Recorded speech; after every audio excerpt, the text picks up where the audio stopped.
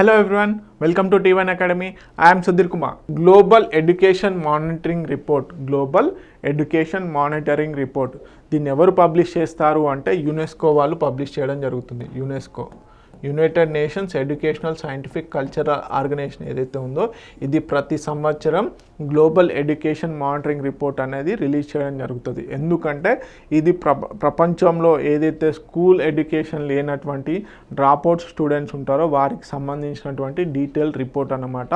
So దీనివల్ల education policies ఆయా కంట్రీస్లో ఉన్నటువంటి సిచ్యువేషన్ బట్టి ఏ విధంగా ఎడ్యుకేషన్ పాలసీస్ చేయవచ్చు, విద్యా పాలసీస్ని ఏ విధంగా నిర్వహించాలి, అదేవిధంగా టార్గెట్స్ని ఏ విధంగా చేరుకోవాలి అని చెప్పేసి ఒక క్లియర్ వ్యూ ఈ రిపోర్ట్ ద్వారా ఇవ్వడం జరుగుతుంది. సో దీన్ని పబ్లిష్ చేసేది ఎవరు అంటే united nations education scientific cultural organization వారు ఎవ్రీ ఇయర్ పబ్లిష్ చేయడం జరుగుతుంది. అంతకుముందు 2002 నుంచి ఈ రిపోర్ట్ అనేది పబ్లిష్ చేయడం జరుగుతుంది. ఏ పేరు మీద? ఎడ్యుకేషన్ ఫర్ ఆల్ అనే పేరు మీద. ఎడ్యుకేషన్ ఫర్ ఆల్ అనే పేరు మీద. కాకపోతే 2016 నుంచి 2016 నుంచి ఈ రిపోర్ట్ని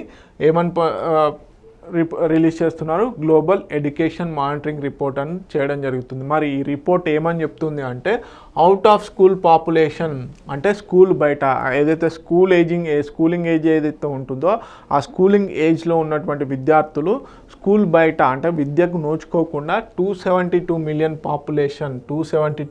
పాపులేషన్ ఉండడం జరుగుతుంది అని చెప్పేసి చెప్పడం జరుగుతుంది. ఓకే, 272 మిలియన్ పాపులేషన్ స్కూల్ బయట ప్రపంచం మొత్తంగా.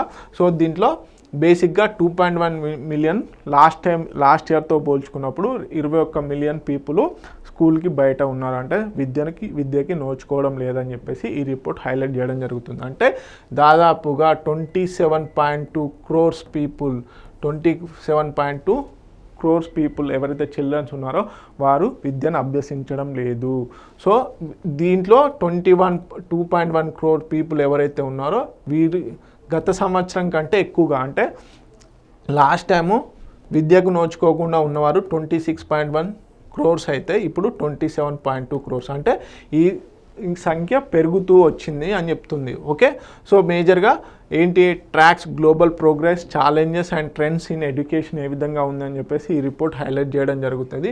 సో బేసిక్గా aims to guide education policy, provide evidence based రికమెండేషన్స్ని ఈ report global education monitoring report ఏదైతే ఉందో ఇవి రిపోర్ట్స్ ఇవ్వడం జరుగుతుంది. అదేవిధంగా లేటెస్ట్ రిపోర్ట్ ఏం చెప్తుందంటే 75 మిలియన్ స్టూడెంట్స్ ఎవరైతే ఉన్నారో projected to be of track from national targets by 2025. So ఆయా దేశాలు 2025 కల్లా 2025 కల్లా టార్గెట్స్ పెట్టుకుంటాయి కదా, ఆ టార్గెట్స్ పెట్టుకున్న దానికంటే 75 మిలియన్ స్టూడెంట్స్ అంటే 7.5 క్రోర్ మిలియన్ స్టూడెంట్స్ స్కూల్ ఎడ్యుకేషన్కి బయట ఉన్నారని చెప్తున్నారు. Use multi source modeling. So మరి ఏమేమి తీసుకుంది అనేది అని ఇంపార్టెంట్.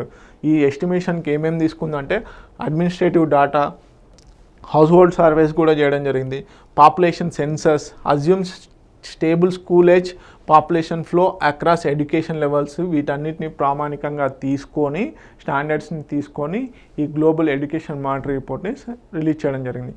సో ఇక్కడ సింపుల్గా ఎగ్జామ్లో ఏ విధంగా అడుగుతాడు అంటే గ్లోబల్ ఎడ్యుకేషన్ మానిటరింగ్ రిపోర్ట్ని ఎవరు రిలీజ్ చేస్తారు అని అడిగితే యునెస్కో. ఎప్పటి నుంచి రిలీజ్ చేస్తుంది అంటే 2002 నుంచి. దీని పేరు మార్పు ఎడ్యుకేషన్ ఫర్ ఆల్ నుంచి గ్లోబల్ ఎడ్యుకేషన్ మానిటరింగ్ రిపోర్ట్గా ఎప్పుడు చేంజ్ చేసిందంటే 2016.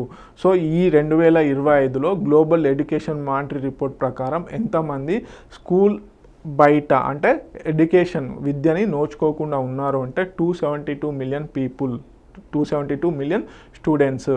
దాంట్లో 21 మిలియన్ స్టూడెంట్స్ గత సంవత్సరంతో పోల్చుకుంటే ఎక్కువగా సంఖ్య పెరిగింది. Okay, so these are the highlights. So మేజర్గా inform policy decisions for government and global stakeholders, supports sustainable development goal for quality ఎడ్యుకేషన్కి ఈ రిపోర్టు సపోర్ట్ చేయడం జరుగుతుంది. ఇంపార్టెంట్.